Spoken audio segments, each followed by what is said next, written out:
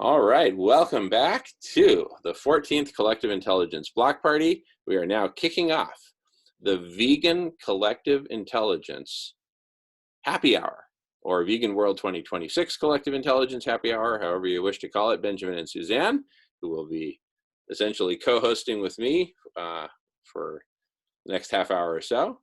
And this is meant to be, well, a lot of things, but among others, a space where people who are interested in Vegan World 2026 or vegan collective intelligence or, related topics can come and hang out and kind of meet some folks who are part of those communities and, just hang out in a casual, non-business-like environment, shall we say, which isn't to say that we don't talk about very important things, even world-changing, but we do it in a way that's fun and compassionate and safe and block party. Yeah. All righty. Going on mute. Well, yeah, thanks, Jimmy. I was wondering, Michael Gaio's presentation progressing. We've caught them in previous block parties, but didn't a recap. Yeah, totally. We can just kind of do it as a stone soup recap. I see Michael stepped away. But he went through basically previous periods of history and the age of reason, the age of enlightenment, romantic age, this and that. And then, brought up, and looked at some of the giant trends and how each age would kind of set the stage for the next age. So out of the, age of reason came the romantic age, if I'm remembering correctly, right? And it was kind of like, hey, we're kind of, I get some of the good side of all this reason stuff, and we're kind of fed up. Can we just go back to the way it was, the good old days, right? Back to nature and whatnot, and love and, all that.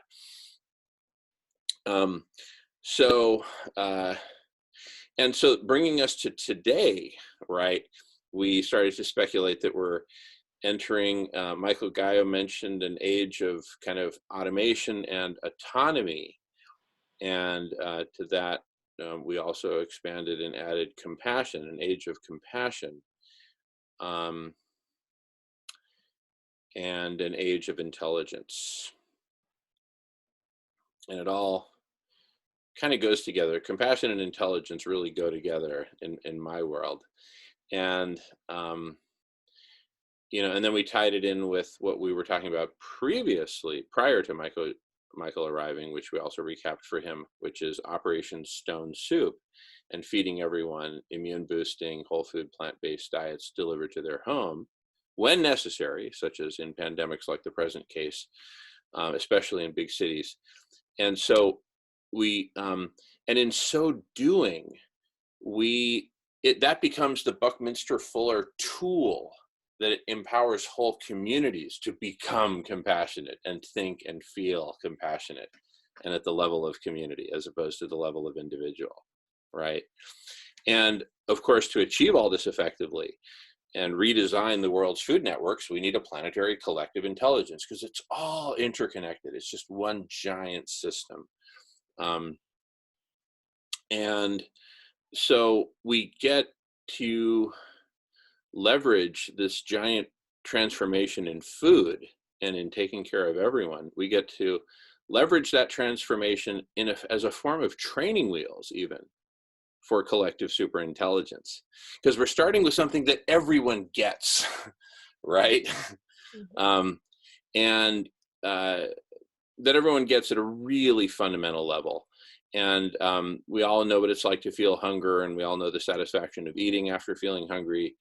And we get to give that gift to everyone. And so, and we get to do that. And then the compassion just, another great tool is just the menu itself that we're delivering. We came up with a really simple riddle. How do you get the world to go vegan? The answer is feed them plant-based foods. I mean, it's just so simple, right? And so it becomes a tool for collective superintelligence. It becomes a tool for collective compassion, right, to other people and to animals. You know, when you stop eating animals, you can now start looking at them in a different way, right? And so that's it's interesting, you know, because most vegans become vegan by thinking their way into a new way of action. They think about it and then they start making different choices. This is a way of doing the opposite, which is to act your way into a new way of thinking. By the action of eating the food that's delivered to you, you eat and you eat and you're like, whoa, this is good, right? And then you start to think differently about food because it creates a space for that. Mm-hmm. You know, why are you delivering me all these foods? Well, you know, what happened to the burgers? I mean, don't get me wrong, I'm super grateful, but I'm just curious why. Right? Well, here's why. All these reasons. Better for you, better for the planet, better for the hearts and spirits of the animals and our relationships with them and our relationships with nature. It helps heal that separation that had formed, et cetera, et cetera. So we get to collectively go through this transformation in intelligence, in nourishment, in compassion, in connection with each other and with the natural world. All of these become elements of the revolution, and therefore defining elements of this time or this age that we're in, this age of compassion and intelligence and autonomy and automation and right, and healing and all that, and reintegration. Humanity with the rest of nature. How cool is that? Reunited and it feels so good. Reunited and it's understood. You got to feed everybody, take care of our mother, and all hold hands and be sisters and brothers. Reunited and it feels so good. Reunited and understood. See, this is happy hour. This is what happens at happy hour. Going on mute.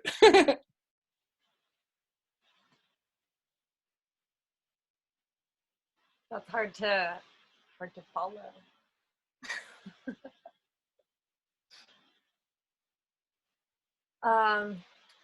Yeah, one of the things that I thought of when you mentioned the age of autonomy and then compassion after that is like autonomy for all, right? Like that we aren't controlling humans or animals or nature or, you know, to, you know, I know it'll be a transition, but transitioning to that view of everyone deserves that autonomy.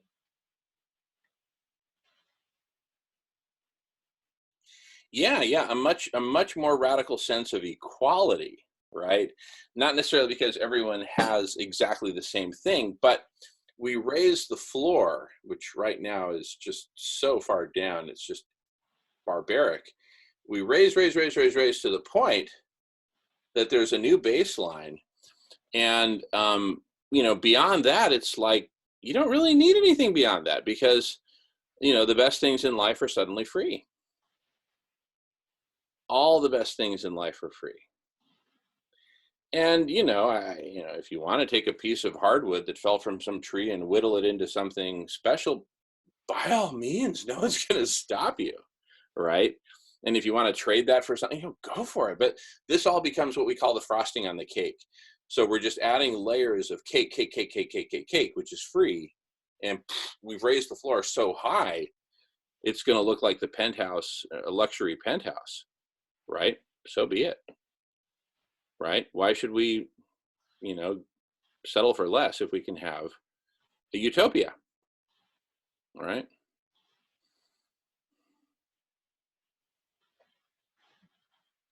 And not in terms of having stuff, but living in a world where everyone is okay, everyone is well, right? You may be dying because you're 93 and you're dying of whatever, but you're well, you're happy because your grandchildren are great, right? And they're happy and self-actualized and well-nourished and living in a world of love and compassion and sharing. Once humanity gets a taste of this in Brooklyn, it ain't never going back. We're not putting that cat back in the bag. We're not putting no animal nowhere that it doesn't want to be.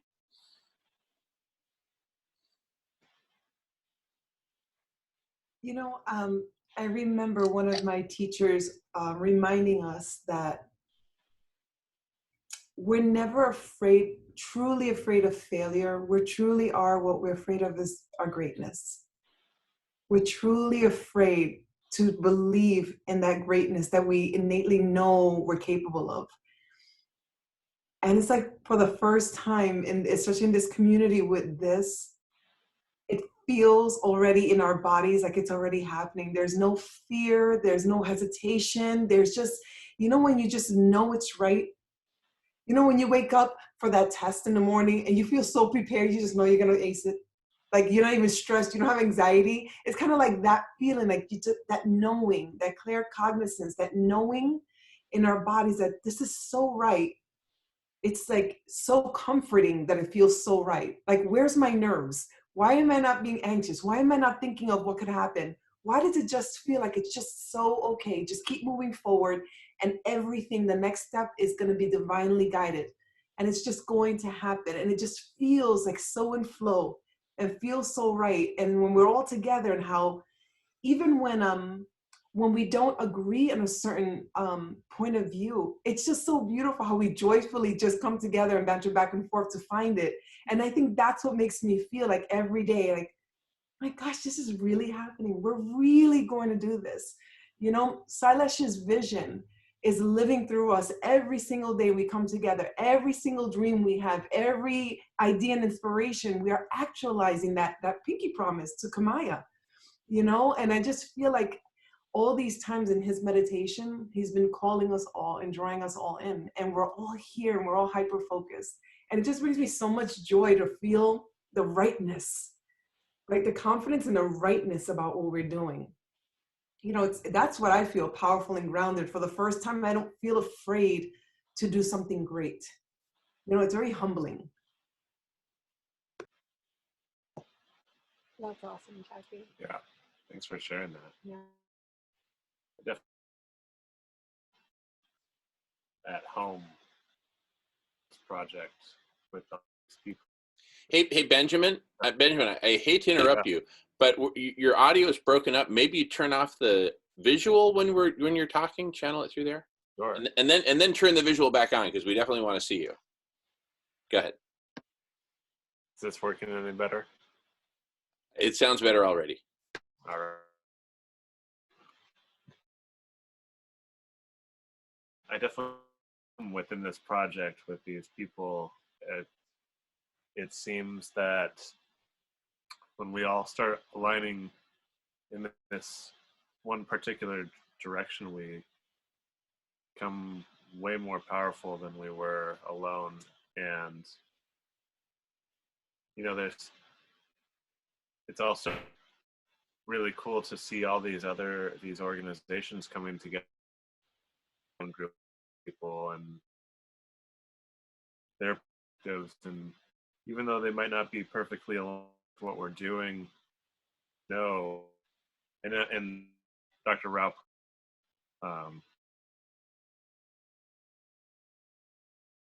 it's just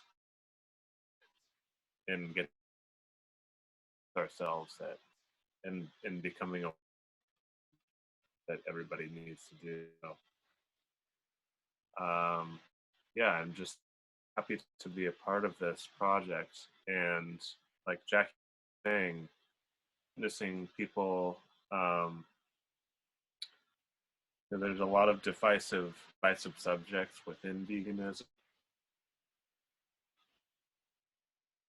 People come at one particular subject with such different perspectives, very valuable. It's inspiring just for me to those notifications in my box every day to see people are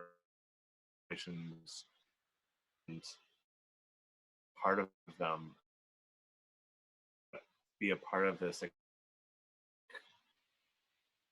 thing, just a thought experiment, and at a level, of course, I put my time. This is the least time into, right? Like if that makes sense.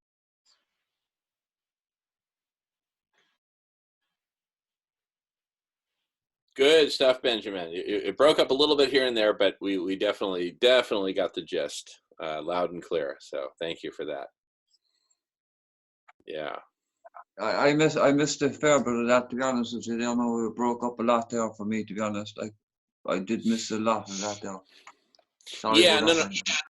Yeah, I think we probably heard the same fragments. It's just Benjamin and I are both West Coasters, so we kind of understand each other's dialect, and you know, even I can interpret tonality and not hear the words, but you know, anyway, it's all good. Basically, Benjamin is saying that I feel like I'm now his spokesman. You know, he's just loving it. He's absolutely loving the coming together of communities and sharing perspectives and everything. It's just loving it. Yeah.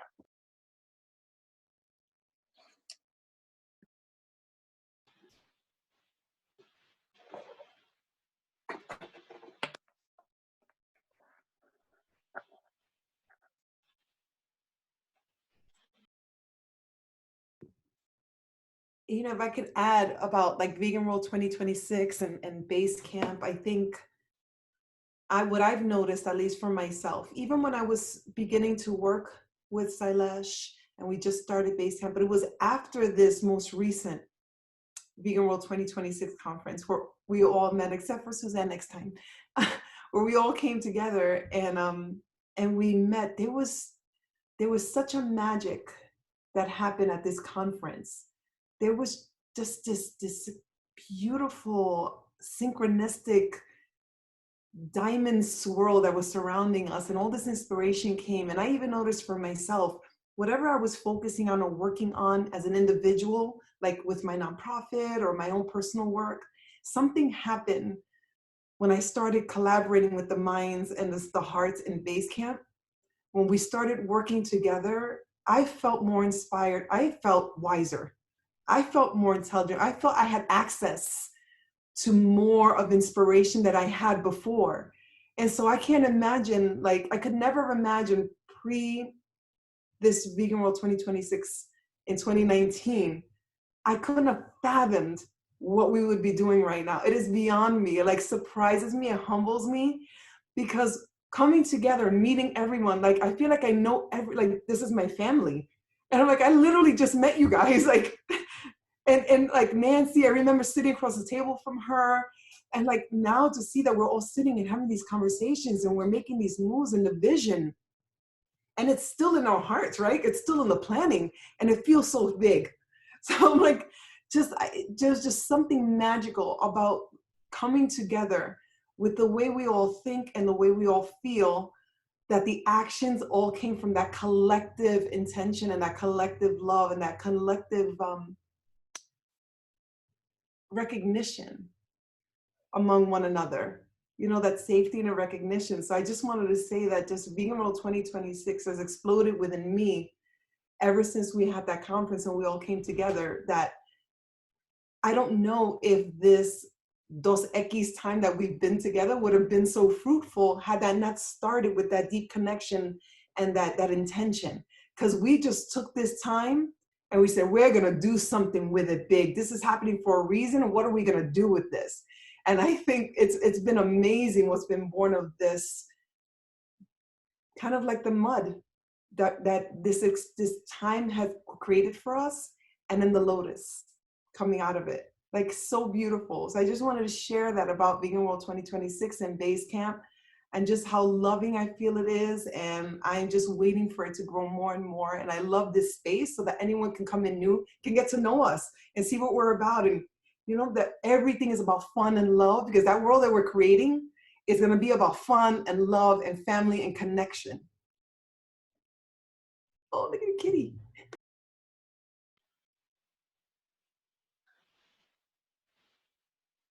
Definitely have some shared feelings about everything you just said, Jackie, and we can say that we feel the same way. Yeah. And Suzanne and I actually have to get going here, but it was great to spend time with all of you and keeping the space open for people who are interested in the project is awesome. So let's continue to do it. And tonight's an anomaly for us, so sorry for the scheduling. Typically, listen, don't worry about it. And it's part of the it takes a village kind of thing. We are each other's village. We got each other's back. So don't worry about it. Yeah, this is happy hour. You know, it's no problem. Well, we're love you all. Love you guys. Thank you so much. Have a great weekend. Benjamin, Suzanne. See you soon. Bye. Yeah, what a beautiful community. Oh my goodness.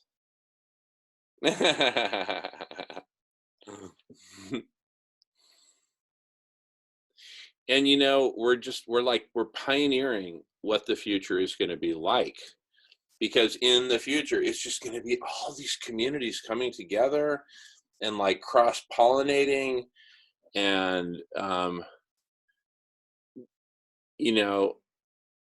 that's one of the cool things about the vegan community worldwide is you just have friends everywhere you go, right?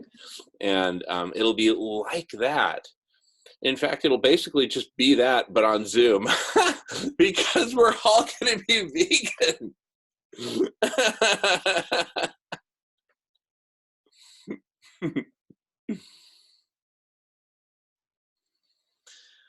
Wow. I think we needed a happy hour, and it was like perfect. It was like 5 o'clock. You know what? Happy hour.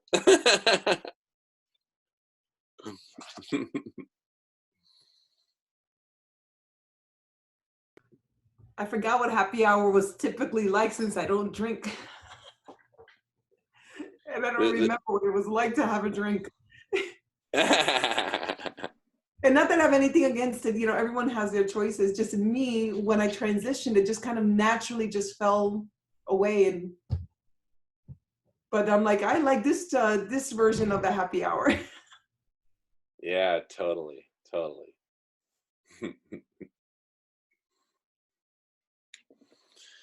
Wow.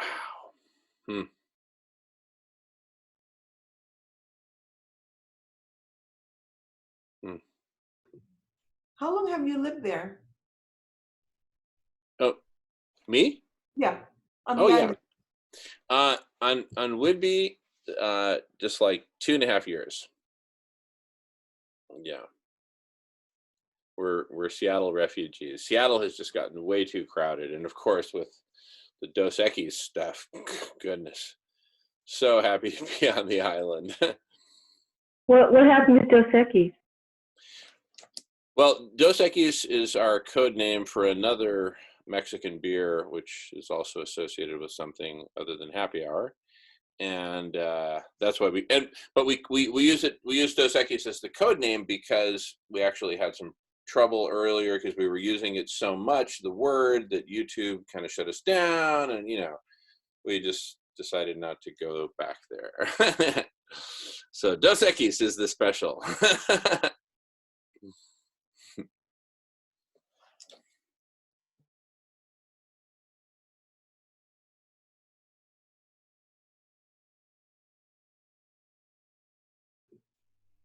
Well, I just got an email that Jane Velez Mitchell has agreed to come on the Divine Feminine.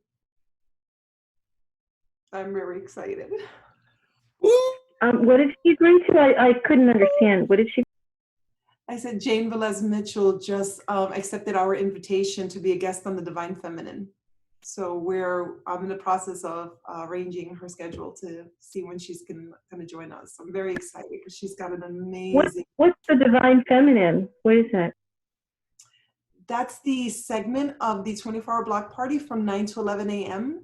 where Melissa, Myra, and I co-host, and we invite guests to basically speak on the spiritual component of this transformation that we're all on, and what that entails, and a quantum understanding of ourselves as beings and spiritual beings.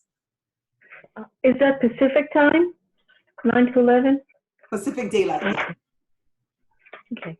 Yeah, and this morning, my friend Jackie Morales, she's a radio personality here in Phoenix, she was on talking about the work that she's doing. And I was just texting her, I'm like, you're amazing, thank you so much. She just loved it. She just felt the love from the community, and she felt so grateful. She's like, I want to check in whenever I can. And previously we had, not the previous one, but the time before, we had Will Tuttle, right? So you don't have to be a woman to be interviewed on The Divine Feminine. And he's coming back. He'll be back next week. Will Tuttle will be back next week to discuss science and spirituality. Very excited. And I was actually, and I'm glad we're recording because this is a good question I'd like to ask. I'm working on developing another project with someone that I'm working with, the Pachamama Alliance. But it's another very fragile topic. Discussing white fragility. You're discussing what? White fragility. Why it's so hard for white people to talk about race. That's a really good subject. Well, you know what? Speaking of that, going back a few months ago, Nolan and I have had this inspiration of doing a show called Black and White, right? And where it's all about race and bringing together the different races, the different communities, right? We give it that simple name, Black and White, because it's just like, bam, right? And, you know, and we start out, since this is, you know, a largely, but not entirely US based thing, right? You know, the big elephants in the room are First Nation, white, Black, you know, Hispanic, and that's, you know, I mean,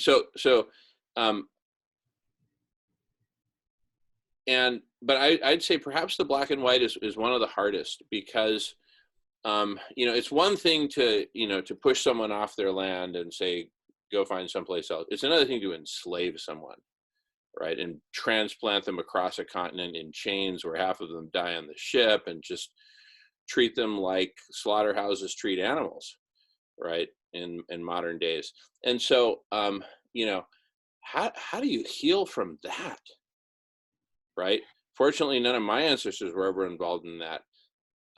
But my God, just as a people, right? And in this case, you know, other than First Nations people, we're all transplanted people, right? We were all transplanted under different circumstances.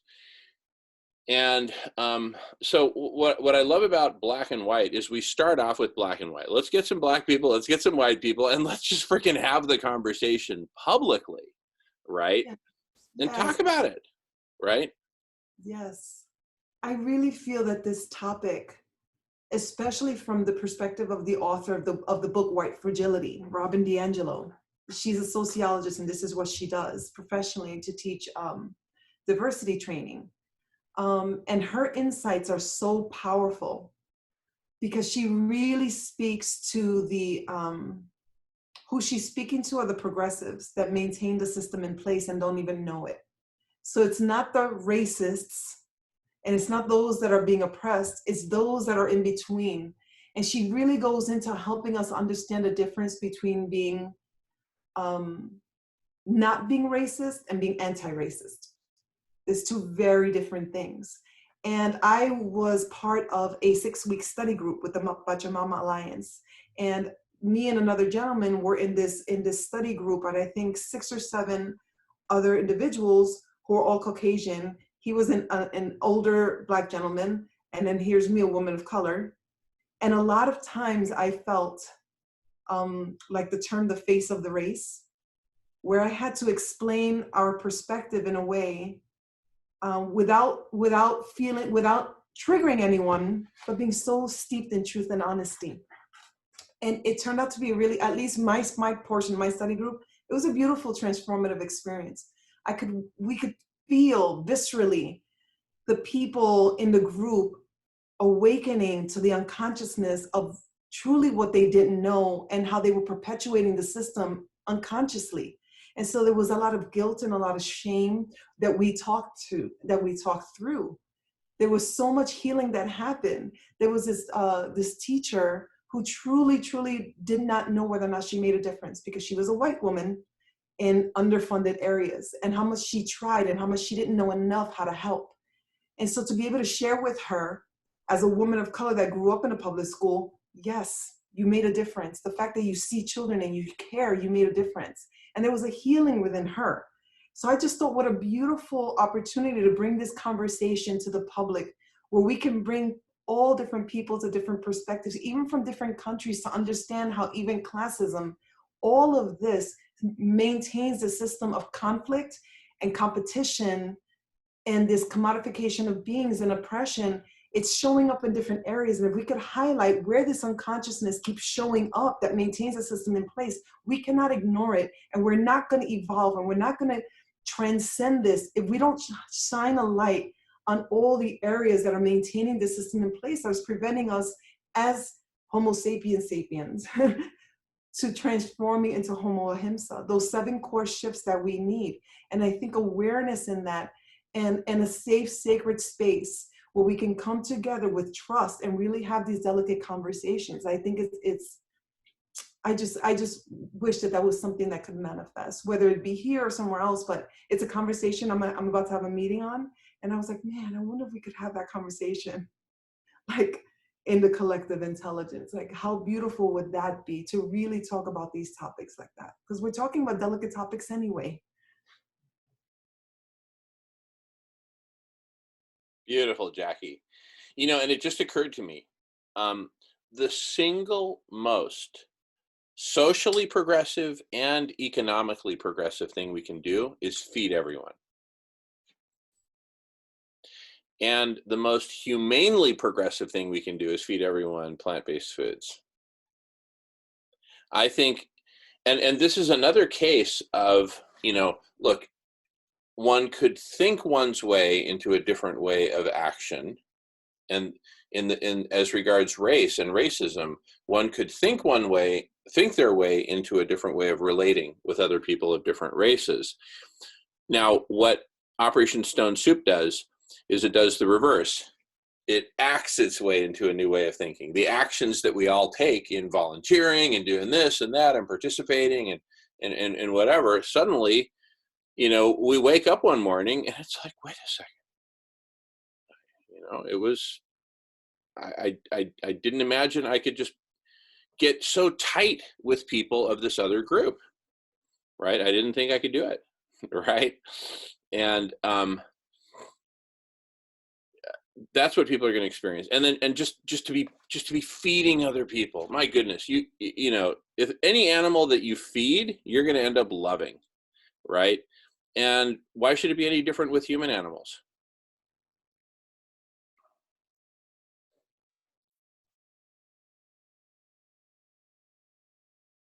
And anyone who feeds you, you're going to end up loving. That's what I was talking about, a rainbow on rainbow, right?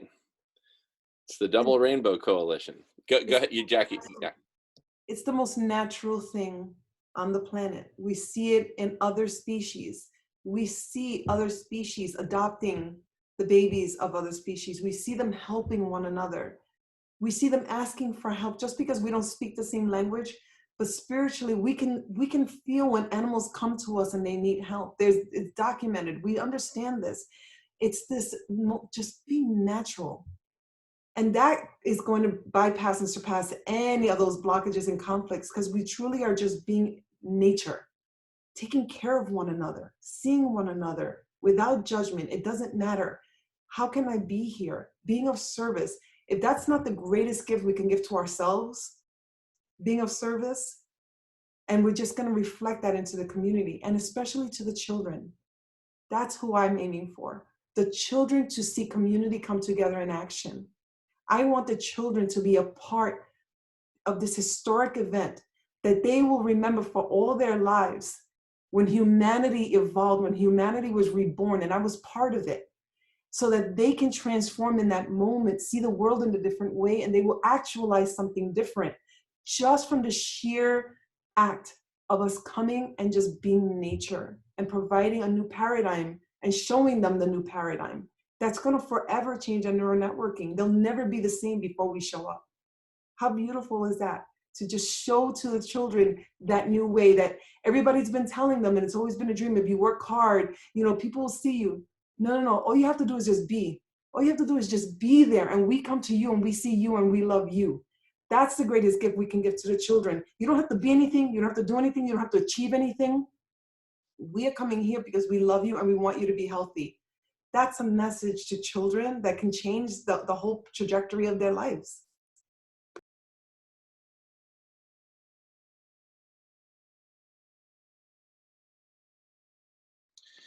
Yeah, children born in this time are going to be born into, at the beginning of this, are going to be just born into a whole new paradigm. Well, of course everyone eats. Of course. Well, why would it ever be different, right? Yeah, I know if I fight with my sister, I'll get a timeout, but I'm never denied food, right?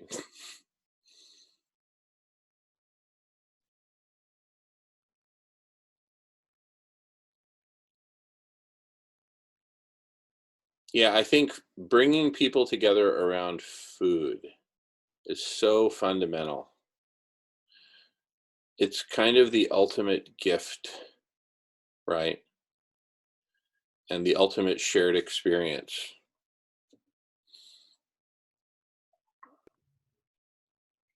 And it's just a natural celebration, right? Because we're all healing ourselves, nourishing ourselves, fueling ourselves and each other. It's just been this gigantic missing that when we have it, we're going to look back and just like cringe, right?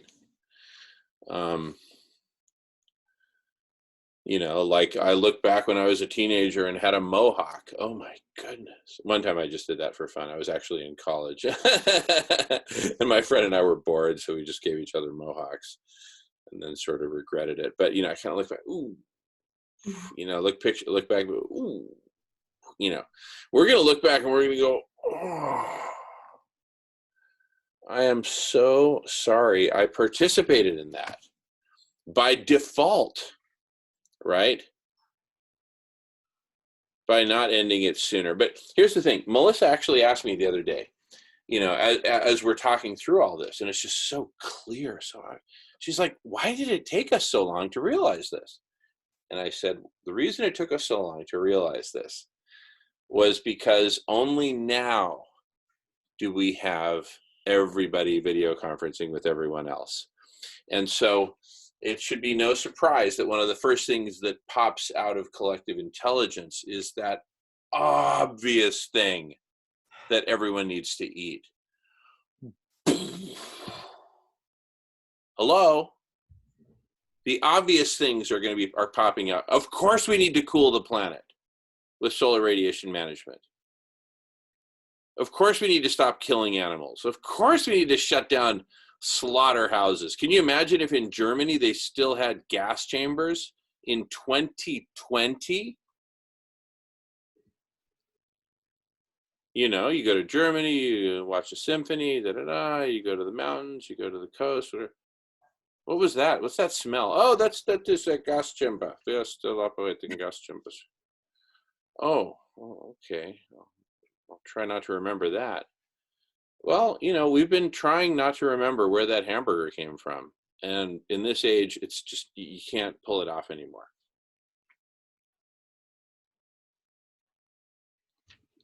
You know, I feel like we all have to, which is why I'm so focused on the divine feminine, because I really feel the sacred masculine rises up in the presence of the divine feminine. It requires the divine feminine to truly take her place and rise to give birth then to the sacred masculine that is waiting for that guidance and waiting for that light and support to fuel and raise and take his place. I truly, truly believe that. And I feel like we all have to be very mindful of taking care of ourselves in this transition. There's a lot of pain and unconsciousness and suffering in the collective. That once we make this shift and make these changes, people are going to be transforming themselves spiritually. Immediately when you go plant-based and you start cleansing your blood, your cells start activating. Our DNA starts switching on and off, right, to acclimate to the new light and the new health and vitality that's streaming through our body. So a lot of trauma is going to start being released into the ethers, into the collective. And we have to be really healthy, mind, body, spirit, in order to transmute and help transmute all that's going to be released. And I mean this wholeheartedly because I experienced it within my own family.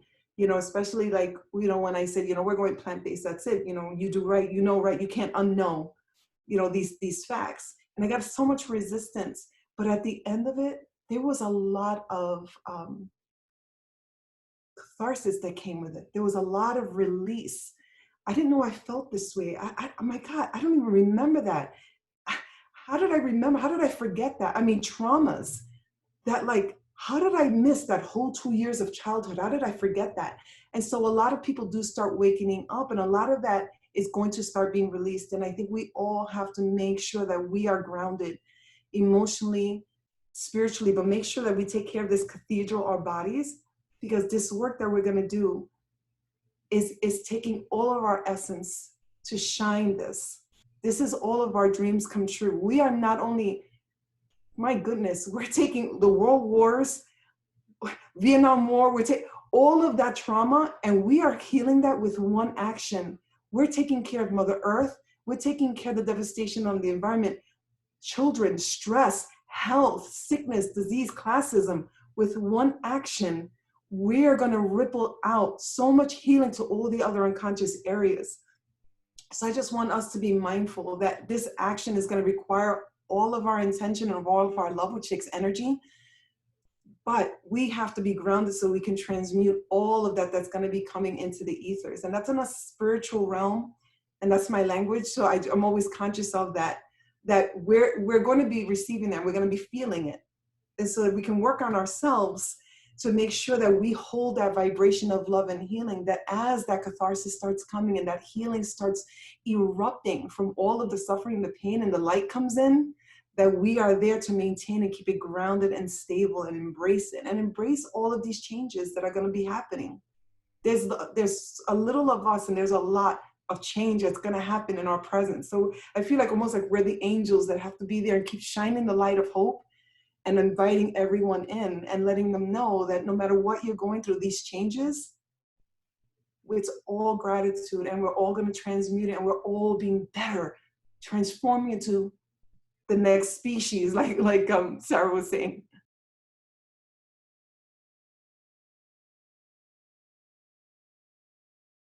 Beautiful, Jackie.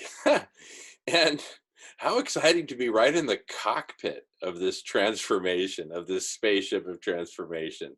Can you imagine when we go to Brooklyn, right? People are going to be treating us like we're the Beatles or something.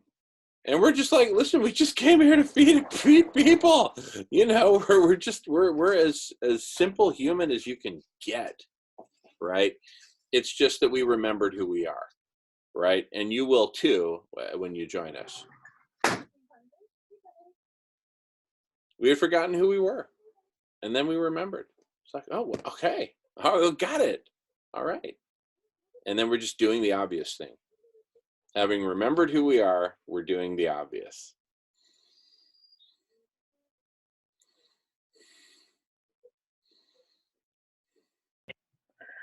Hi, I don't know if this is time to address it, but there's a huge rift in the vegan community between people who believe that in conspiracy theories and the COVID-19 or this coronavirus was created in a lab and it's being released to depopulate people and control us, and we should ignore the advice and just go ahead and not wear masks or take precautions when you go out. And it's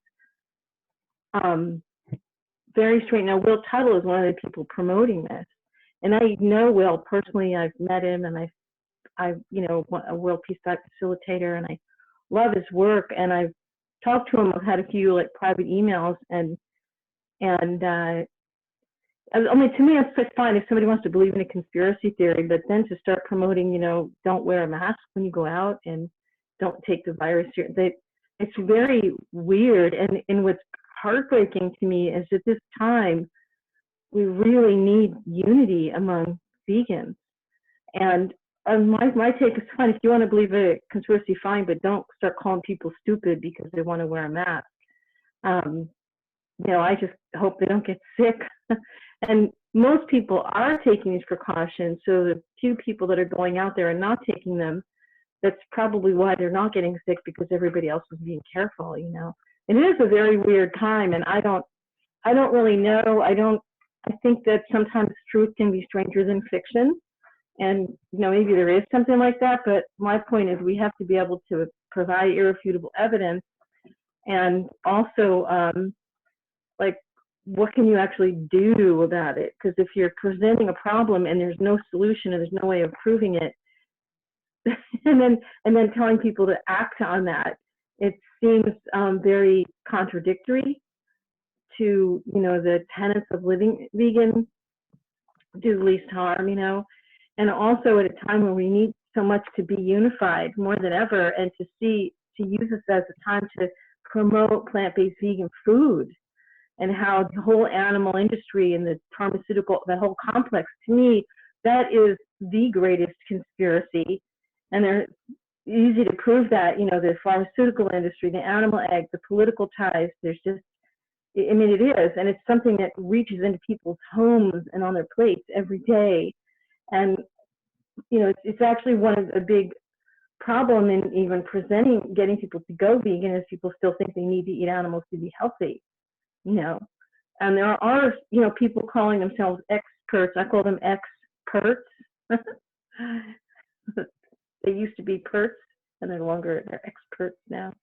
And, saying that, and there's so much scientific evidence that a whole food plant-based diet is the healthiest, and that there's scientific evidence of causation, not just correlation, that all animal products damage your body. It damages the environment. These are irrefutable facts. It's just getting the facts in front of people, So it's a really big problem, and I'm just devastated by it. I just kind of wish everybody would just shut up. I'm like, fine. You want to believe in a conspiracy? Okay, fine. Do your thing, but don't tell me I'm stupid because I'm wearing a mask or being careful. That's dangerous. Okay, yes. Well, I just wanted to say, in terms of unifying vegans, what could unify vegans more than Operation Stone Soup, right? And it's like everyone will be able to stay home when there's a pandemic, right? So, people won't really be out on the streets much anyway. And when they are, just wear a mask. It's just the right thing to do. So, look, I think we're gonna so fall in love with each other as a species with Operation Stone Soup that we're going to forget about all this petty stuff. It's just, life is going to become a lot more obvious. Right now, it's just everything is so shrouded in lies and corruption and money and this and that and special interests, that this, that, the other. And if you don't play the pinball game the right way, you end up starving, right? And so it's just the Monopoly game, rather, right? So I think this is going to really humanize us and bring us back our humanity, right, through this collective action. Well, right now there's a pretty massive divide happening, and a couple of people, like Will is one of them, and someone else, I think Claire Mann, who's also, they're brilliant people, and I respect them, and I don't understand this perspective, that they're presenting, and rather than focusing on what we have at hand, in our hand right now, this is the time to really promote vegan food. I mean, I'm seeing article after article after article in mainstream talking about, factory farming or animal agriculture. Factory farming and small farming actually are not really that different, one thing, in terms of what is done to the animals. And it's not like smaller farms are better. They can even be just as bad for different reasons, and just environmentally destructive for different reasons. And they're all just as cruel, But meat plants are closing, and there's going to be a big animal meat shortage. Beyond Meat is soaring. They're actually going to be bringing the price down as animal meat prices go up. And so now is really time to make this massive push to promote vegan food. Because I feel that that's really, you know, eating is so much the core of like putting that violence in our bodies and the core of all the other violence that happens. So you were talking about that, Jackie, kind of addressed that, you know. The other thing, and I hope this isn't taken the wrong way, because I can see where it might be about to say, is we were talking about white fragility, and I see a lot of correlations to what we call carnist fragility. Like when you start talking about the abuse of, you know, abuse of animals, and that it's, you know, people get very defensive. And I see so many, yeah, you know what I'm saying. And I don't mean to say that to minimalize what you're saying about white fragility. I'm not trying to compare to just, you know, decenter that, you know, but you're shaking your head, so I can see it's very similar. And are you familiar with Breeze Harper? Yes. Sister Vegan, yeah, she does amazing work. She's phenomenal. She has a lot of great information. What was that book that you talked about, White Fragility? I might have it. Who wrote it? Robin DiAngelo. Robin DiAngelo. I have it. I'm gonna check my Kindle right now. And I live in Baltimore, so I've learned so much about that in the last few years being here. I had no idea, you know, and I used to think, well, why can't we just all get along? You know, so, well, there's some really good reasons why not. And what it means that I'm a person of white privilege, and what that means, and how this country was built on the backs of slavery, particularly Black slaves, and all of the horrendous and not so insidious things that have been done and continue to be done to keep Black people poor and marginalized. And, you know, a large percentage of the people that have gotten sick with COVID and died have been people of color. And, you know, see the people working in the meat companies, most of them are immigrants, people of color. And it's just, it goes right over, you know, people don't see it unless you're actually confronted with it.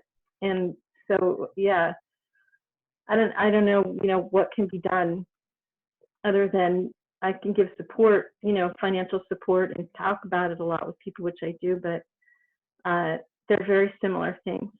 Thank you. Sorry, I'm going on and on here.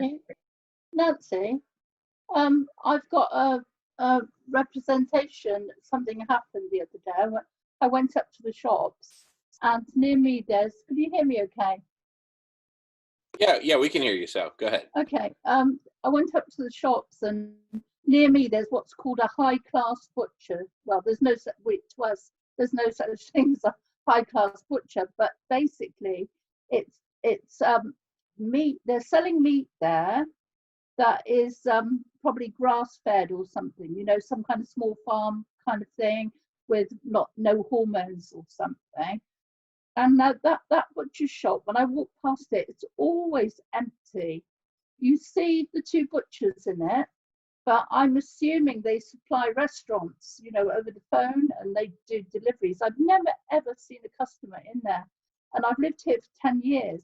The other day, there was a massive long queue, you know, 2 meters apart, all the way down the road at this butcher's. So I can only deduce from that people are thinking about, you know, factory meat and that suddenly these one-off customers, you know, not restaurants, but just random people, suddenly were going to that butcher's shop. So that to me was an indicator that message on the filthiness of the whole meat thing is getting through, albeit, you know, one step nearer, but it's not the whole thing. But the fact that they were going there rather than to the supermarket to get their meat.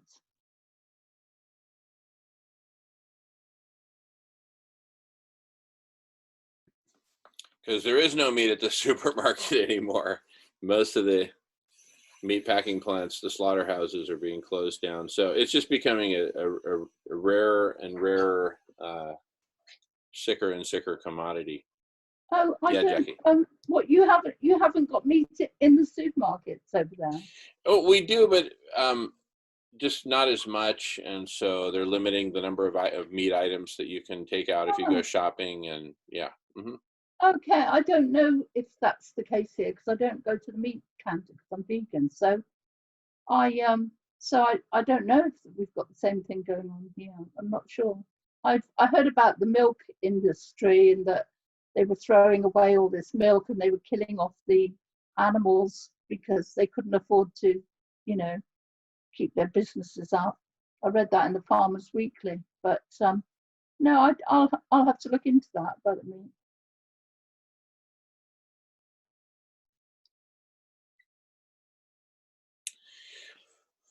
Yep, we're in this period of such rapid change that and things are going from bad to worse overall, in terms of the physics of planetary overheating and crop failures and whatnot. And so I think when we come out with the solution, we probably won't use those words. We'll let the media use those words. Like, I never called myself the Bill Gates of Bud. The media did. And don't tell anyone, but I'm glad they did. I certainly didn't correct them on that. So, the media will call this what it is, which is the solution. That's very catchy, the Bill Gates of Bud, isn't it? Worked for me. Go ahead, Jackie. I wanted to go back to what Nancy was talking about, because it really hurts my heart. I've noticed the same thing, and I did feel a disappointment with some of our mentors and leaders and kind of the positions they're taking. So I totally understand what you're saying, Nancy. And I do feel that I think the same approach is being taken with how we feel as a community, being forced to be carnivores our lives when we know that we're not. And so it was forced on us, these choices. And when we finally became liberated from that unconsciousness and became aware, now we are like hyper aware to when our liberties are being taken away, from when we're being forced into doing things that we know innately in our soul is not right. And I think we're taking the same approach. And I think it's a defensiveness that's coming across. And I think it's a fear response that's coming across, because instead of looking at the solutions, again, we're looking against each other and insulting one another. We are literally using the same tactics that are used against us among one another. Intimidation, insulting, judgment. Fear is fear. People are going to be fearful of the pandemic, but people are going to be fearful of their rights being taken away. This is all fear. And like I said, when my teacher says we're all question marks in search of our answers, that fear is just of the unknown. We don't know the answers. And so we become angry because we're afraid and we don't know the answers. What's going to happen? What if they keep doing this? What if? Can we stop looking at what's happening to us and turn around and go back to our mission? If we can focus this energy on our mission and understand that we have literally, possibly, because I won't be hubristic here, that we have found the way of creating this transformation right here, the simplest form. Like Sailesh is always talking about how Gandhi literally liberated, because he saw that if we changed the clothing, it was the industry, the textile industry. And then how did they go about making that change? We've known that going vegan for Vegan World 2026 is what has to happen, but we didn't know how. How? My goodness, the how is here. The how has been born. The how is right in front of our faces. Why are we all still looking against one another and judging, when if we do this as a collective, if we put all our energies and our awareness into this, that will address all that. We won't have to worry about future pandemics or liberties being taken away, or we don't have to worry about this. Let's focus on what we know to be true. Let's do our vegan mission. Let's do our vegan work. Let's do this soul work. and stop worrying about what's happening, because we're again focused on the outside and what they're doing to us. We have the power to change it all. We have the power. We've done it before. When we chose this lifestyle, when we chose to look at our own unconsciousness, when we chose to go in and heal ourselves and forgive ourselves for the choices that we made, that was a huge transformation. And I feel like we've abandoned that we are betraying that, and we're going back to that mindset that got us there in the first place. We need to stop looking at each other as we're conflict and judging. And remember, the mission is about creating a vegan world to save Mother Earth and all life. How do we do that? Let's focus on here. Let's bring this food to everyone. That's how we feed everyone. Let's awaken that spirit of service. Let's awaken that got us here in the first place. Let's remember who we are and get out of this fear mindset, because there are solutions if we come together like we once did. That's how I feel about that. Is it, Yeah, that's perfect. is it 50-50, the split, would you say? Or is it 20-80? What kind of split is there? In my opinion, in my experience, it's pretty 50-50. Okay. Really? That people believe in a conspiracy? Yikes. Well, look what you said. I mean, that's really the answer, because the only thing that I see conspiracy theorists saying we should actually do is to not wear masks and not, to pretend like, what kind of a solution is that? Like, because it's out there, and people are getting sick, and but you look at some of the figures, and now we have Trump, who wants the CDC to change their numbers of deaths because it's making him look bad. I mean, literally, isn't that enough? That's what I said to Wells, and I said, isn't the animal, this agriculture complex, pharmaceutical, political? I mean, could there be a worse conspiracy than that? I don't think so. I don't see how it could be worse than that. And talk about the transformation, the phoenix that will arise, right? The wings of the phoenix that will arise from this motion, from this action. Because with this one action of love and of service, we are going to burn down all of the institutions that are maintaining this in place. The pharmaceutical industry, the medical industry, the insurance industry, the education, all of it is based on this. And with one action of love and peace and service, all of that, and they know it, all of that's going to come crumbling down right at the knees. So we have no choice than to stop looking at one another as a conflict, as stupid, as what does it matter? How do we get healthy? How do we boost our own? We know this. We boost our own immunity. We became vegan. Let's go out there and let's do that. And our whole mission was to create a vegan world. We all want it, all of us. So why aren't we doing the one thing that we know in love and service can do that, instead of focusing on our anger and our rage? And this is why I love that the book White Fragility, because it addresses exactly that thing. It's our core belief system. It's defensiveness, because you are challenging someone's identity. And that's the same thing with food. It's the same thing. You are making someone look in and challenge, am I bad? Am I wrong? I was taught this. You are making someone look into that mirror, the deepest part of them. This is a neural network. We were fed meat when we were in the belly, when every bite our mother took. Yeah. Learned in the belly to eat meat and cheese, all of that. That is our neural networking. So when we come with this truth, we are literally challenging someone to go in to the core of who they are and question themselves. That is such a gentle thing to do and such a loving thing to do. And we should know that when we present that change, that challenge, what we are asking people to do, and be very gentle and loving with it.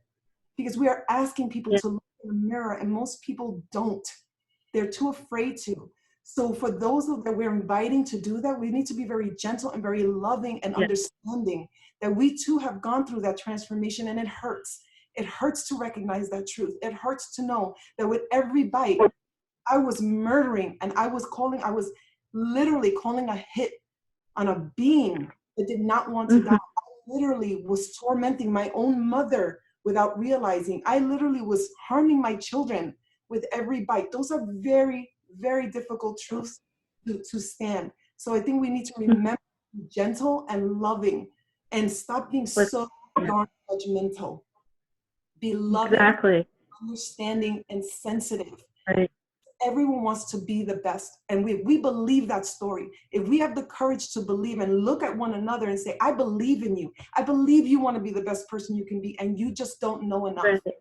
We have to believe what we're doing and believe in individuals, just like we believe in ourselves. I believed in myself. And I loved myself enough to take this journey and transform. And I believe everyone else is just as capable. And those that are not ready, let us bless them and let's release them and let's just wish them love. And let's continue to move on and help those that are ready and open to receive our love, because we don't know who we're helping, the power of that person to go into the community and ripple change. So let's stop focusing on all the people that are not doing what we want, and let's put our energy and our awareness to those that can and are willing and are open, because our job is to ripple this message. We don't have to make all the change. All we have to do is help others become their best and allow that then to manifest and flower and cross-pollinate and continue on. I think that's our goal and our mission. Yes. That was powerful. That was beautiful. Thank you. Yeah. It certainly, is better than the kind of classic angry vegan, hating people who aren't vegan. I just think that's because we co-create that reality. If we look at somebody and say, well, you're not, you're not vegan and you're a terrible person because then you're co-creating that reality. So I feel like what you're saying is to believe in that goodness that other people have and co-create that. They'll pull that out, reflect that back to them. Yeah. Thank you. Honor everyone where they are. That defensiveness is literally a child. It is a child stepping out, right, and saying, what did you say to me? What did you call me? I want to do what I want. You can't tell me. Are we children talking to children? Or are we mature, evolved adults, knowing what has to be done, seeing the bigger picture, understanding that you don't know enough? And when you're coming at me like this, then that's a level of unconsciousness that I refuse to engage in. I refuse to fight. This is about truth. And if you cannot receive the truth, if you're unwilling to receive the truth at this time, then I bless you. I'm not going to force information down your throat, but I do believe that the truth is powerful enough that if I plant a little seed, I trust the universe and I trust in your soul. I trust you. We're all the same. We're all energy. We're all essence. We are all children of mother. We're all the same. So all we have to do is plant that seed, water it, and give it so much love and release it. It will take root. This is happening. This change is happening. We've reached the tipping point. We're here. We are here. We are the greatest force in nature because we are awake, we are aware, and we are intentional. This is the greatest force in nature. And when the divine feminine rises in that fierceness to defend life and defend truth, there's nothing stronger in nature. So all we have to do is be present and defend truth and defend the right to be and defend health and defend our mother with love and honesty and integrity. And we don't engage in that lower level of functioning, our message will get across. Our message will reach. It's already happened. We just haven't gotten there yet. It's already happened.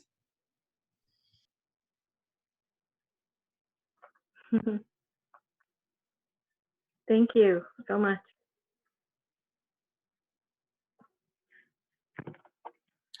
Well, as usual, Jackie, you've said it all. Seriously. No, really. You just say it so beautifully. And coming from the divine feminine, right? It's like, all right, Mother has spoken. We now know what we need to do. I mean, it's like, it's that simple. Come on.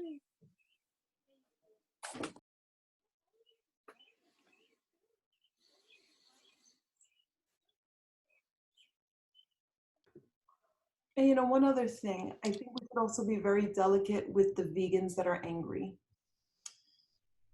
They're angry for a reason.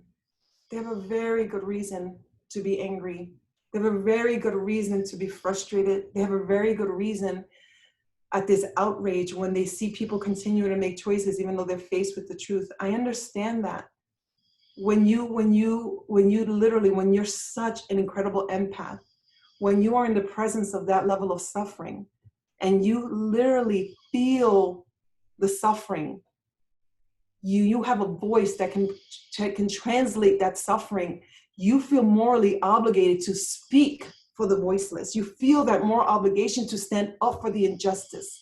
So I don't want to blame and I don't want to judge vegans that are angry. They have a right to be angry. What is happening is, it's insidious, it's evil, what we know to be evil, what is going on. So I understand that.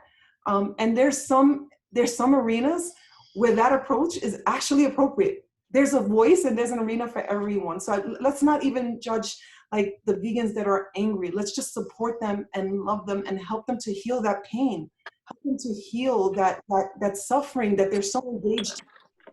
People all of the time around them. And that really hurts. I've worked very hard to protect my energetic field so that I can be effective at absorbing suffering of others. So I just want to say that I support them, I love them, and I understand that pain and that suffering that makes them so outraged.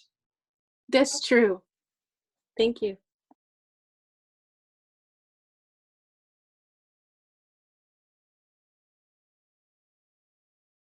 Jackie, I can't be with them though, with that anger.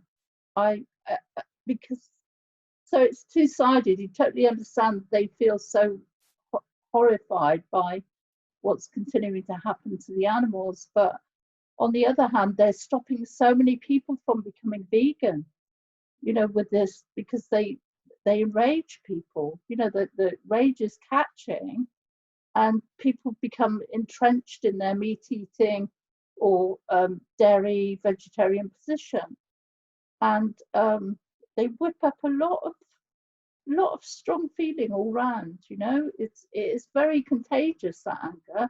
I mean, that is something that did you address that at the camp when you went to the vegan camp that you talked about? Oh, the conference, Vegan World 2026. Yeah, did you address that?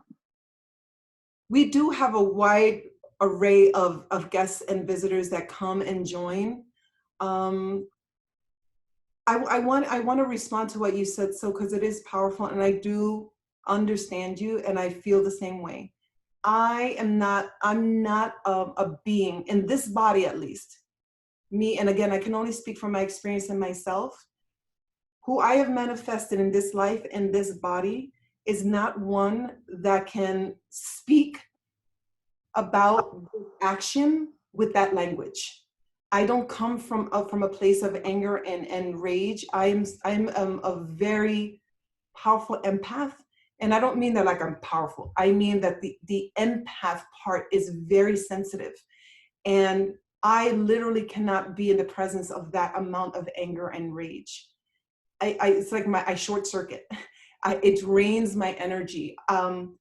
If I'm needed, I can be there, but I can guarantee I'll sleep for 2 days because it exhausts me to keep up my energetic field and to stay present and grounded with that amount of anger and rage and sadness.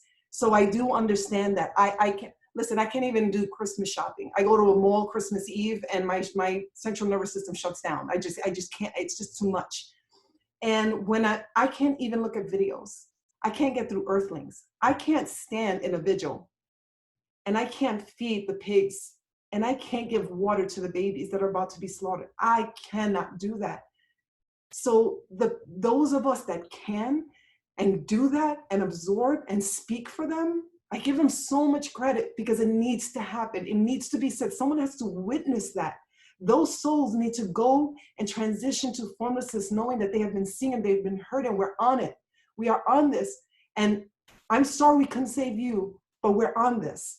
And some of us need to know that and need to feel that we're doing and making an impact and effect. But I think those of us that don't function that way, I think we have to come together and help them heal that pain, help them heal that suffering that they feel and they embody. I think it's really important that we support one another and not judge one another, help them maybe find a different language. Like I was saying earlier, love language has become esoteric. We don't speak the love language. We don't even know what it is anymore. Most people don't even know how to express feelings. They express thoughts and they think that those are feelings. So if we that can express ourselves, that can make action, do intentional action without the rage and anger, then let's support one another. We can learn from them. And they can learn from us as well. We're one community. We have different talents and we have different skills, but we're one community. We should help each other harness the power of how we all came in and our gifts and our attributes, instead of just judging and saying that's wrong. Let's help one another. I could use more grounding. I could use some support in speaking more because I'm very shy. And this environment has helped me do that. This has helped me be more outspoken, be grounded in my truth, be courageous enough to speak my truth. I didn't have that before I started attending these meetings. So we help one another. And I think in just doing that, just by loving one another and helping and supporting and on judgment, I think that that'll also evolve. And I think if we all come together in one action and see that maybe if we focus on this, on the root cause, on the response that can eradicate all the need for going into restaurants, for the vigils, let's start feeding everyone. We won't need to do all those other things if we all harness and focus our energies on eradicating the need to even have these actions. That's where I feel like we need to speak, love, and invite and say, the time has come where we don't need to go and confront people. Let's just feed everyone. Because when people feel better, they do better, they are better. When we can help people not worry that they don't know where the next food is coming from, that their babies are hungry, if we can eliminate that stress and at the same time give people the opportunity to clear their mind and their brain of all the toxins and the suffering, the pain that's in the food, and at the same time, you start feeling healthier, you start feeling more awake, you start feeling better about yourself, all because we provided loving, plant-based food of light. That's where we need to focus our energies. And the time has come where we're trying to convince people. That time happened, it got us here. And now in this collective, we have found a way that we don't even need to do any of that anymore. We can go basic, and get this done where there's no more fighting, there's no more convincing. There's just sharing love, and the rest is going by the wayside. This is where we need to invite everyone and help them see that this is the way to go now. We've got here. We've gotten here. I agree there. I'm going to come in and speak as a non-vegan myself anyway.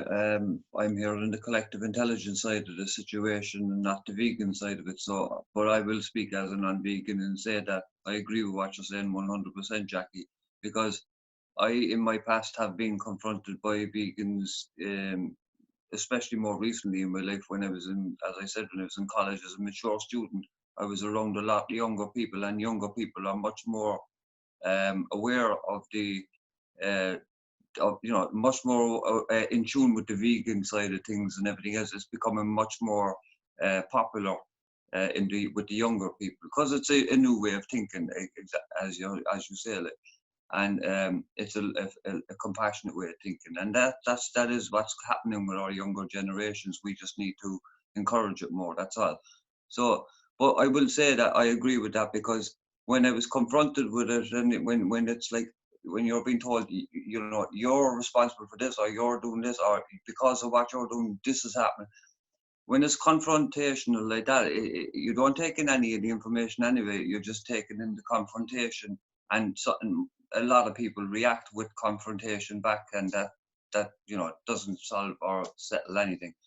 However, in these conversations, as I came for the collective intelligence side of it and everything else, and because of our predicament, our global predicament with everything, I became familiar with the vegan side of the situation and the conversations, and Jackie's and Myra and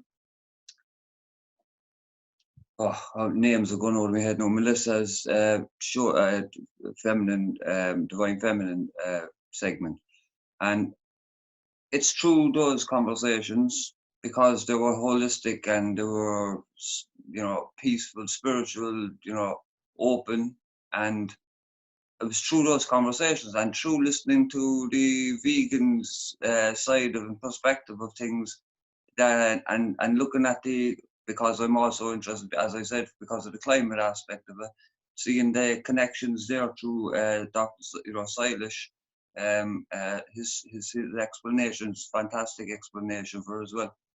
So my mind has been opened by just being willing to participate in a conversation, but it was a conversation. There was no confrontation. And I think that that is the essence of it. And because of that, the fact that there was no confrontation, my mind as a non-vegan has been opened to the hypocrisy of the way I live, eat, and how I treat my health. So I am viewing all of this in a totally whole different way. And I believe that with conversations such as these, if they're open to more in the general public, that is the general way things will naturally form anyway. As for the meat industry, because of the pandemic situation, it seems to be taking care of itself anyway, to be honest with you. People are coming to this quick realization that it's probably not a necessity and probably more trouble than it's worth. And it's definitely the cause of where all these pandemics are coming from anyway. So I think that's sorting itself out.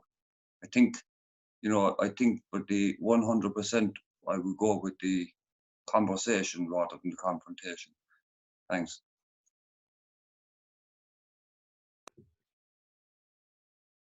If I could just respond to James. There's no greater joy in my life than to be present with someone that comes home to their heart. Because this is a journey of coming home to our hearts, to truly who we are, to truly awaken to the splendor of what being human really is. And when we can think and speak and act in total alignment, when we're totally awake to our interconnectedness, to our compassion, to truly our essence, there's no greater joy and honor to be present to that. So thank you so much for saying that. There's no greater gift to me to be present and witness for someone to come home to their heart.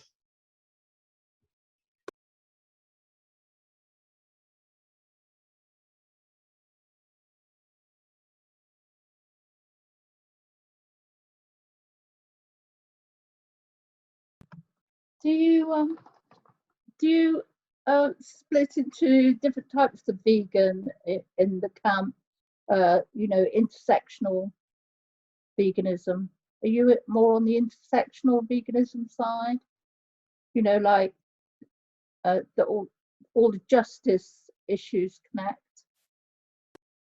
So by recognizing the cows are being abused, you've identified with the feminist side of what's happening to the cows, and you look at how Black people were enslaved, and you make connections there. Do you talk much about that intersectional side of things at the camp? We do, and the conversations have evolved. In the beginning, they were more about just like action, about like, this is what has to get done, how do we get it done? And I think we've evolved into more of the understanding of how the system maintains in place and what we can do and how we can contribute. I take a different perspective because I take the perspective of the social injustices, because that's where my experience and my gifts have led me. But it's so important to me to bring all the interconnectedness in it.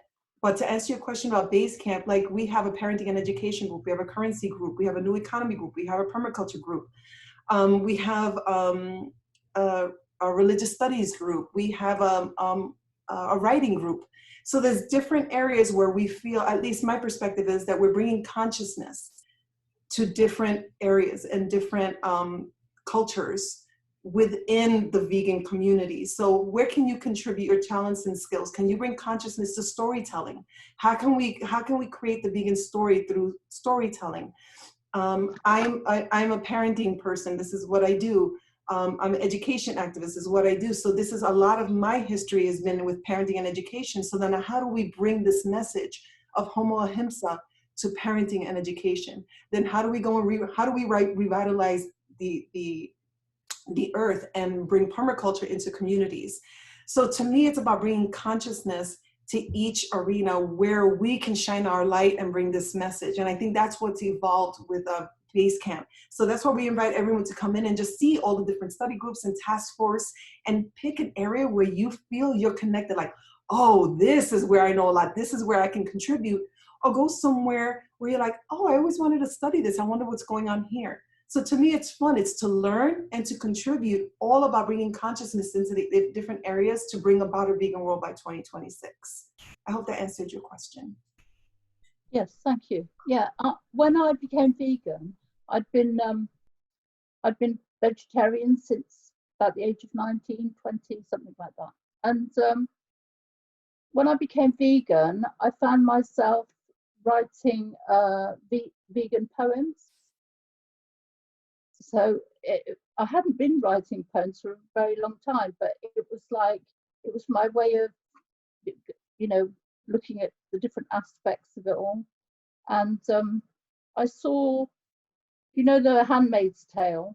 I saw some handmaids in Trafalgar Square as part of the Extinction Rebellion thing, and some of them had cow faces on. So I could totally identify with the feminism and what the cows were going through. And so I was exploring that in poems and things. I noticed somebody put a model of the different things that you do in your vegan organization, and that you have the storytelling section for the fairy tales, for the Three Little Pigs and things, because that's something that I do, you know, so that would be an area that I'd quite like to follow through. Oh, that would be amazing. I'm part of the storytelling group too, because I'm a writer. So I would love that, just to have these conversations. And again, you know, we do this work, we do this soul work. It takes a lot of energy. It takes a lot of mental energy. But there's also part of this movement where we can have fun. We can create stories.